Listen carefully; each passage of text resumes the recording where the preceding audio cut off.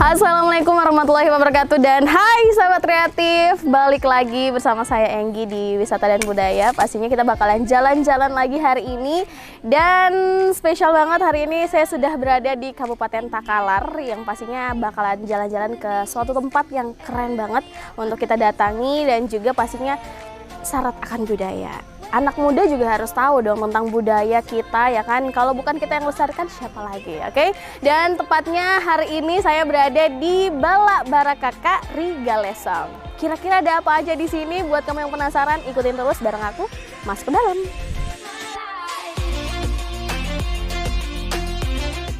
Assalamualaikum, Prof. Assalamualaikum warahmatullahi wabarakatuh. Oke, nah sahabat kreatif, setelah kita masuk ke dalam, tadi dari gerbangnya saya udah masuk, dan yep, di samping saya sudah ada Prof. Aminuddin Saleh. Prof. Aminuddin Saleh ya. Prof, apa kabar, Prof? Baik, alhamdulillah. Selamat datang ya. Iya, selamat datang buat sahabat kreatif juga ikut jalan-jalan melalui radio ini, Prof. Nah, Prof, mungkin kita ngobrol soal Balak Barakaka Rigalesong dulu. Ini mungkin boleh Prof diceritakan sedikit tentang kenapa sih namanya mungkin Balak Barakaka Rigalesong? Ya, ini satu obsesi besar sebetulnya. Karena diharapkan, kami sekeluarga mengharapkan bahwa keberadaan Balak Barakaka ini membawa berkahnya Allah ya. Jadi bukan rumahnya yang berberkah, Allah yang berberkah turun melalui Balak Barakaka. Itu kita harapkan, dan alhamdulillah tampak sekali kegiatan-kegiatan yang kita lakukan ini ternyata membawa banyak berkah kepada masyarakat di sekitar. Betul. Ini kedatangannya hari-hari juga akan membawa berkah juga ya. Kita sama-sama membawa berkah. Kita juga berkah sudah bisa jalan-jalan di sini, Prof. Ini karena pastinya juga anak muda tuh harus tahu ya, Prof ya, bahwa ada Balak Barakaka di Galesong. Nah, Prof, kalau namanya sendiri Balak Barakaka Rigalesong itu sejak kapan ditetapkan, Prof? Jadi sebetulnya ini 2016. Jadi 2016 ini kami bangun di sini ini. Sebetulnya sebelumnya itu Balak Barakaka ini ada di Jalan Poros. Itu kami 2016 kami pindahkan ke sini, dan keberadaannya di sana itu tahun 1956. Itu dipindahkan dari kampung saya ya, kelahiran saya, beberapa orang bersaudara itu kira-kira 7 kilo dari sini. Itu namanya Manari, Katot Nokang. Di situ dibangun pertama kalinya tahun 1936. Itu sudah berapa puluh tahun dari sebelum kemerdekaan, Prof? Iya, sebelum kemerdekaan, 1936. Di sana itu di Manari, Katot Nokang. Itu dipindahkan ke ibu kecamatan. Pada saat kacau pada waktu itu tahun 1956. Baru sudah lama. Sudah lama sekali. Ini sudah memenuhi unsur untuk menjadi cagar budaya. Itu dia. Nah, Prof, kalau untuk di Balak Barakaka Rigalesong, ini kan sebenarnya tadi saya sudah sempat keliling-keliling. Ada ternyata banyak sekali di dalam sini, Prof. Boleh disebutkan mungkin kira-kira ada apa aja sih di sini? Nah, tadi itu pintu gerbang. Iya. Pintu gerbang itu sebetulnya namanya gapura. Gapura. Ada 2 gapura, sejak masuk di luar itu ada gapura. Ini gapura kedua untuk masuk di halaman. Gapura itu dari bahasa Arab. Al-Ghafur artinya dimaafkan. Jadi kalau masuk di pekarangan ini diharapkan bahwa pengunjung itu adalah orang-orang baik, orang-orang suci, orang-orang yang termaafkan, ya. Makanya itu ada wala suci di muka sebagai batas bahwa di sini ini tempat yang bagus, tempat pokoknya baguslah untuk dikunjungi. Penuh berkah, Prof. Amin, insyaallah seperti itu. Terus mungkin kita akan jalan-jalan juga, Prof. Boleh kali kita keliling-keliling. Di mana mau keliling, kemana saja. Ke sini juga boleh. Ini rumah induk. Ini rumah induk ini yang saya katakan. Ini berdiri tahun 1936. 1936. Ini ketiga kalinya didirikan di sini. Dan ini boleh kata mungkin sampai 80% masih perabotnya, tiangnya, dindingnya, apa semua masih yang dulu? Masih dulu, kecuali ini tangga sudah, karena sudah hancur ya. Jadi Tapi ini rumah induk ini. Jadi ini adalah pusat dari kompleks Balak Barakaka ini. Balak Barakaka ini. Iya. Oke. Berarti ini induknya, Dik. Prof, kalau ini ini induk. tengah-tengahnya ini, Dik. Iya, jadi induk dari rumah-rumah ini. Oke. Nah, dan dari pintu masuk tadi, sahabat kreatif, kalau misalnya kita ke sebelah kanan ada lagi nih, Prof. Dik. Oh, ini dia. Apa ini, Prof? Boleh Kalau dijelaskan? ini kalau tulisan di atas itu Ya. namanya Baruga Appaka Sulapa. Baruga Appaka Sulapa. apakah Sulapa? Tetapi setelah kunjungan Ketua Mahkamah Konstitusi ada 9 hakim Mahkamah Konstitusi pernah datang.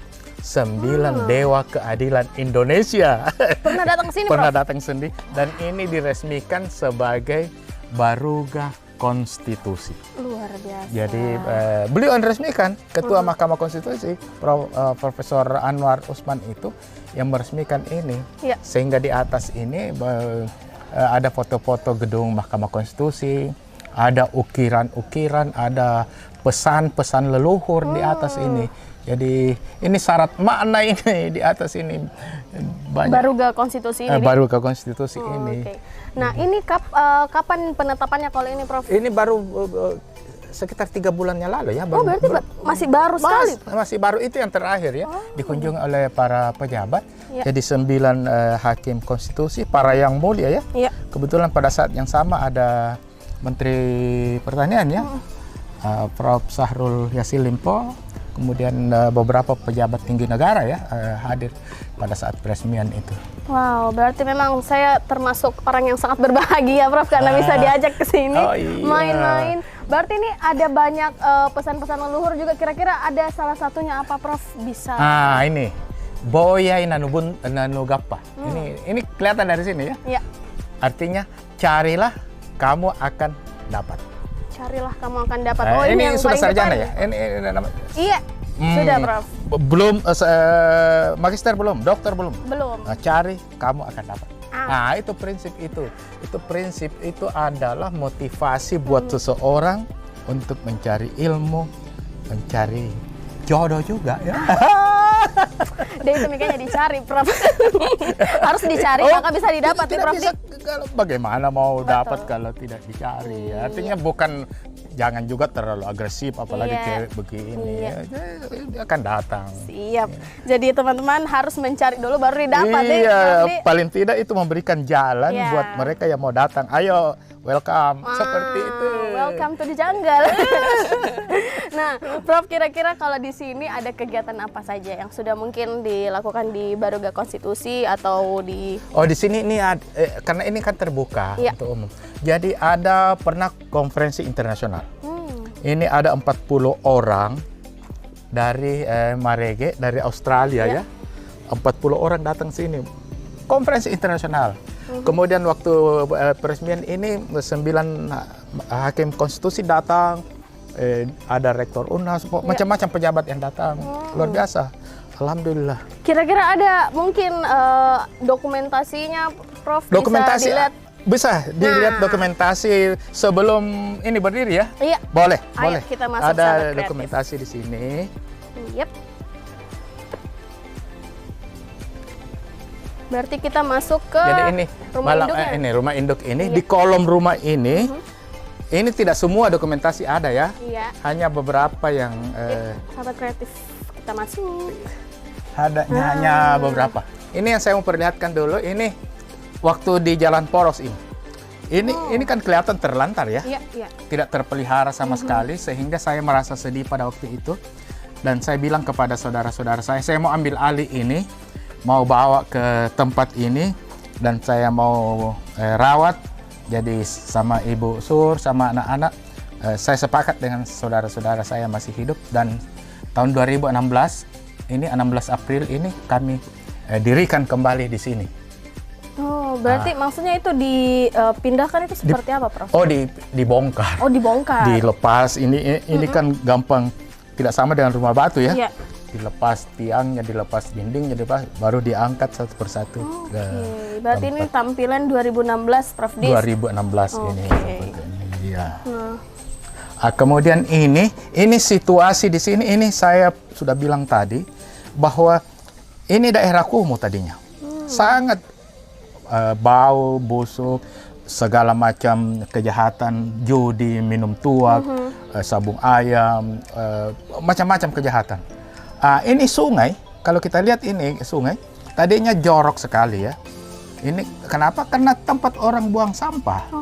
Bahkan sampah medik, ya, jarum suntik, infus, apa semua ditimbun di sini di sungai semua. Jadi sangat jorok. Dan kami buat kerja bakti beberapa kali dengan ABRI, dengan polisi, Pemda, camat, kepala desa, masyarakat. Kita kerja bakti dan pelan-pelan lah ini mulai bersih. Oh, berarti ini yang di depan? Di depan ini kotor. Kotor sekali. Baraka Kari Galesong, pas depannya, Di? Pas di depannya itu dulu jorok sekali. Dan sekarang sudah bisa dilihat kayaknya luar biasa, Prof. Iya, artinya pelan-pelan. Pelan-pelan tapi pasti, Prof. Iya. Terus ini kira-kira ada apa lagi, Prof? Ini waktu peresmian Balak Baraka Kari Galesong ini, saya lupa tahun berapa. Yang resmikan itu Sultan Sepuh yang ke-14, itu Ketua Umum Forum Silaturahmi Keraton Nusantara. Jadi itu raja dari raja seluruh Nusantara, itu yang datang meresmikan bersama-sama dengan yang mewakili gubernur pada waktu itu.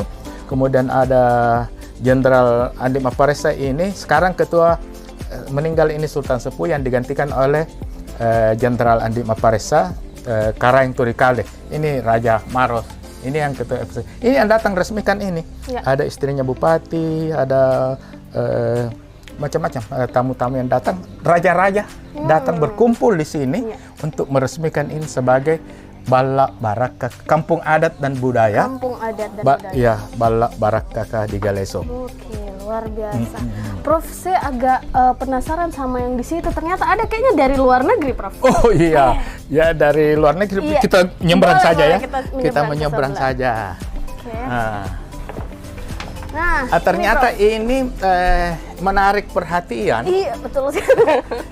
Ini adalah orang-orang dari Marege, orang-orang dari Australia. Pada waktu itu ada 40 orang dari ilmuwan dan budayawan dari Australia itu datang, dan itulah yang membuat konferensi internasional di atas Baruga tadi. Jadi di atas itu dia bahas mengenai pinisi, mengenai apa macam-macam, karena sebetulnya Galesong dan Australia itu punya hubungan yang erat sekali dalam hubungan dengan Tripang. Jadi tripang-tripang yang dibawa ke Australia, nelayan-nelayan Galesong itu mencari tripang itu sampai ke Australia, dan itu diekspor ke Cina, kemana-mana di seluruh dunia. Dan di Galesong inilah diproses itu tripang. Sampai sekarang. Sampai sekarang, Prof. Masih. Wow. Kemudian ini di sana itu ini orang asing juga, itu dari 12 negara sahabat. Itu datang berkunjung di sini.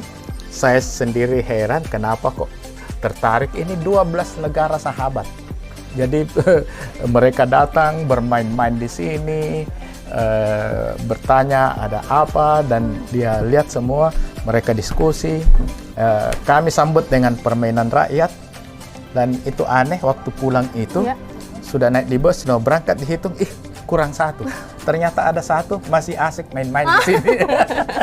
Terlalu menikmati, Terlalu menikmati. Mungkin karena itu menjadi salah satu keunikannya di Galesong yang mungkin tidak ada di sana, Prof. Iya, artinya disambut dengan dengan gembira, dengan tari-tarian Ganrambulo ya. Itu mereka senang sekali. Berarti dari kunjungan duta wisata dan budaya dari 12 negara sahabat. 12 negara sahabat. Kemudian ini dari Jepang. Ini dari Jepang. Ini sebetulnya ini satu orang Indonesia ya. Perempuan ini istrinya namanya Imelda Kutrir. Suaminya ini orang Jepang asli. Kemudian sudah punya anak 2. Ini hampir setiap tahun selama sebelum pandemi mereka datang ketemu saya, karena bapaknya ini saya anggap sebagai keluarga. Tetapi dia sekarang mereka semua berempat sudah tinggal di Jepang ya. Jadi kemudian ini dari Amerika. Wow. Kalau ini dari Amerika, ini Ini mungkin agak aneh buat orang lain. Iya. Waktu saya kawin, pas sapiku saya itu orang Amerika. Itu luar biasa, Prof. Pas sapi saya itu Iya. orang Amerika namanya Win. Makanya itu saya bilang tadi, ini kampung adat dan budaya. Kalau dilihat kan cuma berapa bangunan. Betul. Ya. Itu kalau dilihat sepintas selalu, oh ini kampung apa kok sedikit sekali rumah. Padahal mestinya tahu bahwa ini adalah kampung virtual. Artinya penduduknya itu ada di Amerika, ada di Tokyo, Jepang, ada di Belanda, ini wisatawan dari Belanda ini. Ada dari Australia, ada dari 12 negara sahabat. Jadi penduduknya banyak, cuma tidak bersatu di sini. Virtual. Jadi ini siaran-siaran seperti ini kan mereka bisa dengar ini. Betul sekali itu.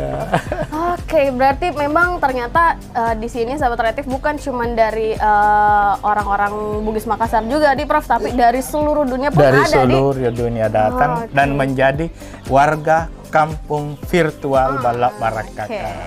Nah, Prof, kayaknya ini masih banyak hal yang bisa ditanyakan nanti, tapi kayaknya harus dulu jalan-jalan, Prof. Harus kita dulu lihat-lihat ini di sana. Siap. Kalau gitu, sahabat kreatif, mending ikutin terus kita jalan-jalan di Balak Barakakang Rigalesang. Oke, masih dari Barakakang Rigalesang, sahabat kreatif, dan masih bersama Prof Aminuddin juga di sebelah saya. Kita masih akan terus ngobrol tentang bala atau rumah yang luar biasa ini. Nah, Prof, kalau dari tadi jalan-jalan lihat sekitaran Barakakang ini ada banyak tanaman, Prof. Apakah itu menggambarkan bahwa Prof memang suka dengan tanaman atau bagaimana, Prof? Saya suka tanaman. Saya itu pembina petani. Tahu petani? Tahu, Prof. Apa? Yang kalau bisa beras juga, Prof, petani. Petani itu singkatan dari pencinta tanaman Indonesia. Saya ketua grupnya. grup FD. Wow, luar biasa. Jadi saya suka tanaman, makanya itu banyak tanaman di sini. Mungkin bisa dikasih tahu, Prof, apakah ada, karena ini dari sini saja, Prof, ini bambunya beda, Prof. Beda. Apakah ada apa ini, Prof? Ya, jadi ini ada beberapa bambu, ada bambu kuning, ada beberapa rumpun bambu kuning. Sengaja kami tanam, itu dibeli ya. Kemudian bambu yang ada di belakang kita ini, ini barangkali salah satunya tanaman yang asli tumbuh di sini. Karena yang lain ini tanaman boleh dikata setelah kami kuasai ini lokasi baru kami tanam. Khusus untuk bambu di belakang ini tanaman asli.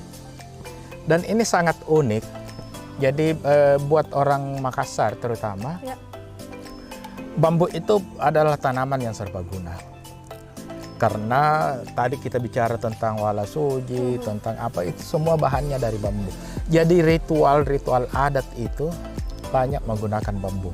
Rumah orang Makassar dulu pakai bambu. Kemudian satu hal yang unik dari bambu yang asli di sini ini, beberapa titik ini kami coba ya, untuk mencari titik air yang jernih. Ini payau, yang lain ini payo, airnya ini payo karena berseberangan dengan sungai ya, berhadapan dengan sungai. Tetapi setelah kami bor ini, berapa meter, mungkin 5-6 meter saja di bawah rumpun bambu ini airnya jernih. Airnya sama sekali tawar, tidak ada baunya enak ya. Dan itulah dipakai di masjid ini. Di masjid ini jadi air dari di bawah rumpun bambu ini yang kami gali itu, kami bor itu, kami alirkan ke masjid dan itulah yang dipakai wudhu. Dan itu senang sekali. Jadi disitulah keunikannya. Dan ternyata setelah saya baca itu mengenai bambu, ternyata bambu itu adalah penangkal polusi yang terbaik. Di antara semua tanaman, bambu yang terbaik. Makanya di sini itu ada beberapa bambu. Ada bambu kuning. Ini bambu kuning, ada teman saya datang dari orang peranakan Chinese ya.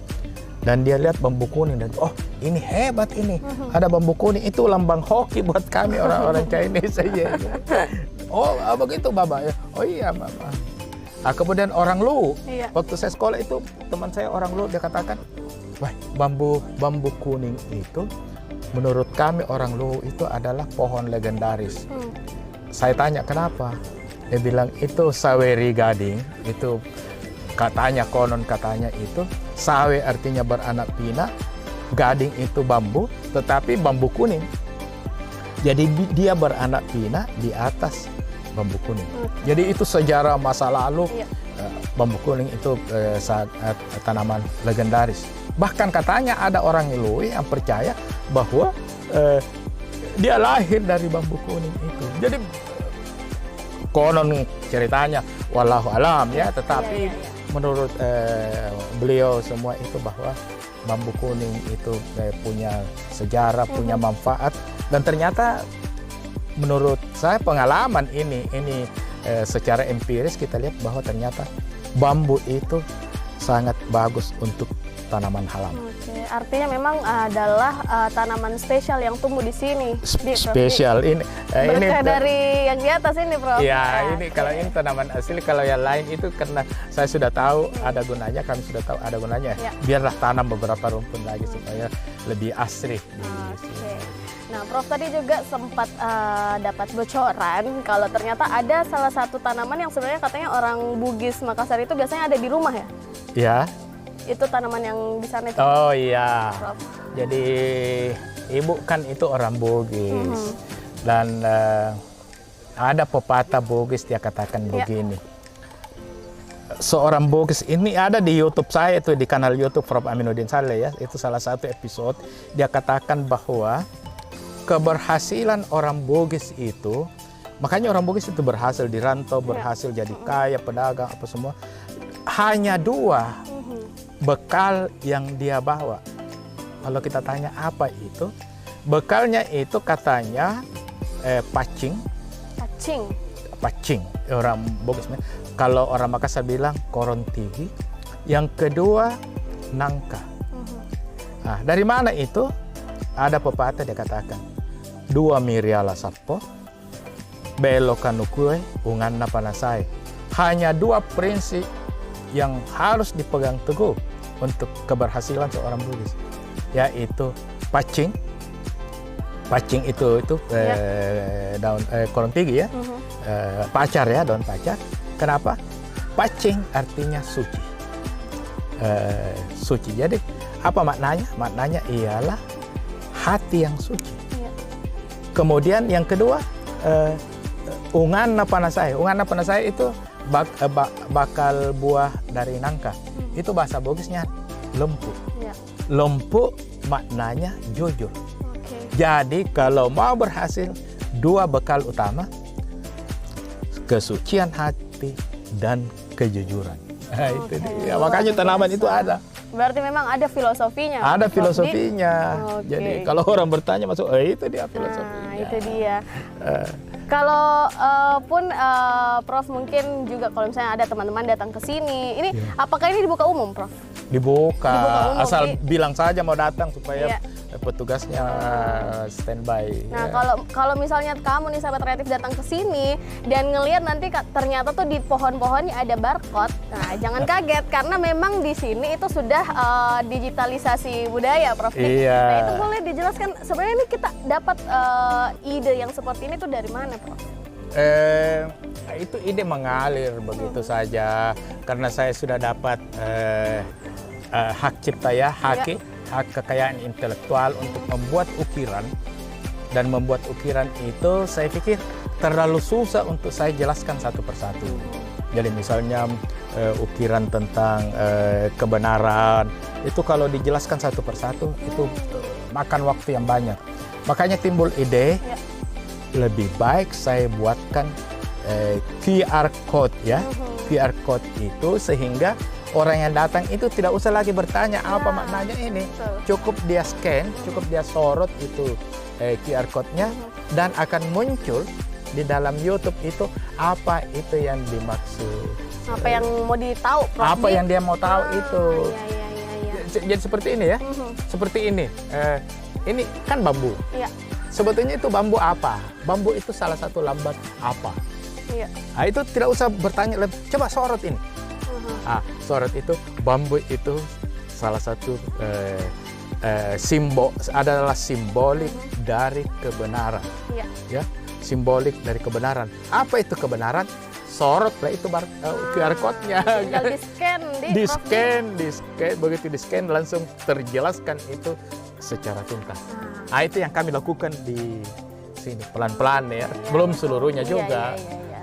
Oke, kalau dicoba ini berarti bisa ini, Prof? Bisa. Kita yang akan buktikan, sahabat kreatif, apakah benar bisa terscan. Jangan dilihat ya. Oke. Bisa. Boleh pakai HP saya. Bisa, Prof. Nah, bisa. Bisa. Itu dia.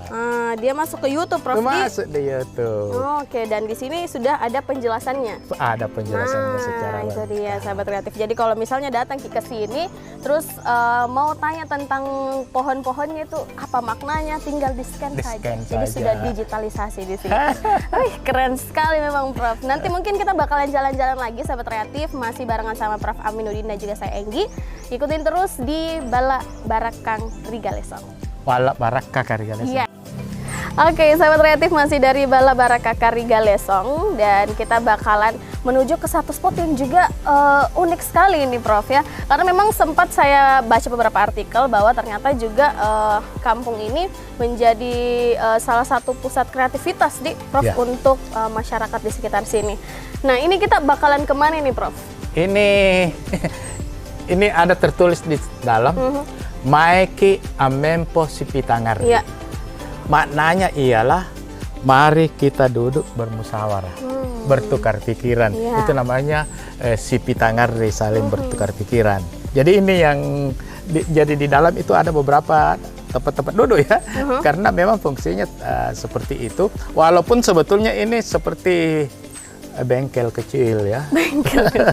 Untuk membuat sebuah pahatan yang luar biasa, Prof. Kayaknya boleh dilihat ini, Prof. Ayo, silakan. Ayo kita masuk.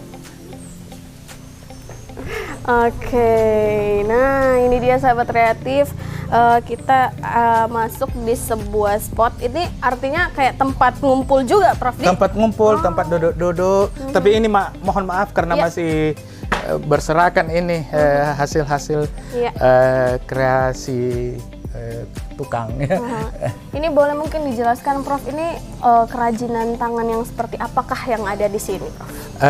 Jadi kerajinan yang pertama yang kami produksi seperti inilah. Iya. Ini ukiran-ukiran pesan-pesan leluhur. Ini ada beberapa. Ini pesannya seperti ini, pesannya bapak saya. Empoang kami namala dirikah yami antun empoya. Kedudukan yang termulia adalah yang diduduki. Ini tempat duduk. Oke. Kalau duduk di sini itu berarti ada kemuliaan. Jadi maknanya sangat filosofis itu nanti. Kemudian pesannya ibu saya. Dia katakan, jariko picuru riparan nutau. Menjadilah teladan kepada sesama manusia. Itu luar biasa ya. Iya, betul. Kita harus menjadi teladan. Jadi kita harus bertingkah laku baik, berkata sopan, macam-macam. Itu sudah dilengkapi dengan QR code juga. Oh, iya, jadi benar. kalau ditanya apa itu maknanya, Iya. karena ini ada tulisan lontaranya, Iya. ada Latinnya, kemudian ada bahasa Inggrisnya. Tetapi ini kan tidak lengkap. Sorotlah itu QR code sehingga akan muncul penjelasan tentang apa makna dari itu.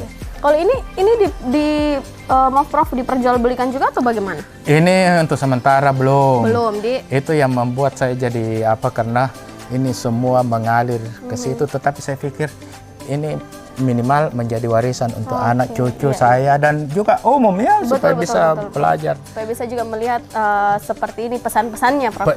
Pesan-pesannya seperti kalau ini, Prof, boleh mungkin dijelaskan dari filosofi pesan dari Bapak? Empoang kami nama lain berkait empoang. Ini pesan kepada semua, apakah itu pejabat atau apa. Kalau kedudukan itu adalah sesuatu yang mulia. Jadi dosen itu pekerjaan mulia. Ya. guru itu pekerjaan, pegawai itu, buruh pelabuhan itu pekerjaan mulia. Ini ada banyak, ada oknum tertentu yang dia sudah banyak uang, sudah kedudukan yang tinggi dengan segala macam fasilitas, tetapi dia tidak muliakan kedudukannya. Itulah yang biasa menjadi masuk penjara lah atau semua karena dia tidak hargai, dia tidak muliakan, dia salah gunakan kedudukannya. Pesannya Bapak saya, muliakan itu. Apapun juga profesi kita, apakah pun juga pekerjaan itu harus dimuliakan. Apa yang kita punya, Prof? Iya, kita harus muliakan. Nah, kalau ini Prof, memang masyarakat di sini kah juga yang bikin semua pahatan-pahatan sini? Masyarakat sini. Saya itu pernah ditegur sama ibu, Bapak itu jarang bersedekah. Saya bilang, saya ini kan sudah pensiun. Dan ya memang saya sadari itu tidak bersedekah. Tetapi saya pekerjakan itu orang-orang yang menderita karena COVID. Sini temani saya bekerja supaya kamu dapat hasil. Jadi apalagi yang saya mau sedekahkan karena sudah habis untuk bayar tukang. Nah, kalau misalnya ini Prof, ini dari bahan apa mungkin boleh dikasih tahu, Prof? Ini kayu yang sudah tumbang ya. Ini kayu sudah tumbang, ini diambil di Unhas. Jadi sudah tua sekali itu kayu tumbang. Jadi saya minta izin kepada pimpinan Unhas, daripada jadi sampah itu bagaimana kalau saya ambil? Jadi saya panggil lah itu pegawai Unhas untuk potong-potong sampai di sini dikerjakan oleh tukang saya. Ternyata menjadi meja bangku yang cukup unik ya. Ya, unik sekali nih, Bro. Bisa ini menjadi bingkai foto dan ini alhamdulillah jadi dengan baik insyaallah ini. Apakah ini memang ada juga maknanya, Prof? Karena kayaknya saya ada juga lihat di bangku, di tempat duduk. Iya, ini punya makna. Ini punya makna apa sulapat juga ini. Jadi nanti ini kalau dipasang foto di dalam, harapannya itu orang yang punya foto itu memiliki karakter apa sulapat. Seperti itu harapannya ya. Dan setiap dia lihat fotonya, kita harus jujur, berani, cerdas, kaya, seperti ini karena ada lambang apa sulapa. Itu artinya apa sulapa? Apa sulapa? Jujur, cerdas, berani, kaya. Masa tidak mau miliki yang seperti itu ya? Harus, Prof. Harus. Wah, ini kita sudah banyak jalan-jalan, Prof, dan mudah-mudahan juga teman-teman sahabat kreatif yang mendengarkan anak-anak muda ya, ini harus main-main ke sini, Prof, supaya bisa lebih banyak. Ini ada kata-kata halus ini untuk orang Bugis ini. Ini kalau seorang Bugis itu mau menyatakan cintanya kepada seseorang, dia pelesetkan itu. Galan rewate mat jeko. Galan rewate mat jeko itu tembaga yang dilengkungkan. Andre nama manra bali ulun na bale Jadi galan rewate mat jeko itu nanya meng. Itu artinya mata pancing. Andre nama manra itu loka. Artinya pisang. Loka. Kemudian bale ulun na bale kebalikan dari kepala ikan itu eko. Jadi meng loka iko, meloka di iko. Saya cinta kepadamu. Meloka iko. Iya. Itu ganti ya I love you. Prof. Oke deh. Kalau gitu terima kasih banyak, Prof. Terima kasih. Mungkin terakhir deh, Prof, mungkin pesannya Prof untuk anak-anak muda untuk terus melestarikan budaya. Mari kita berpegang pada pesan leluhur.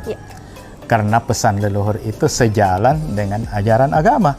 Jadi ada keseimbangan antara pesan leluhur dan ajaran agama. Insya Allah negeri aman. Tentram, damai. Terima kasih banyak, Prof. Terima kasih kembali. Alhamdulillah, terima dan kasih. Mudah-mudahan juga teman-teman yang mungkin tertarik sama budaya bisa main-main ke Barakaka Rigaleson. Boleh, silakan. Kalau gitu sahabat kreatif, sampai jumpa nanti kita bakalan jalan-jalan lagi dan assalamualaikum warahmatullahi wabarakatuh. Waalaikumsalam warahmatullahi wabarakatuh.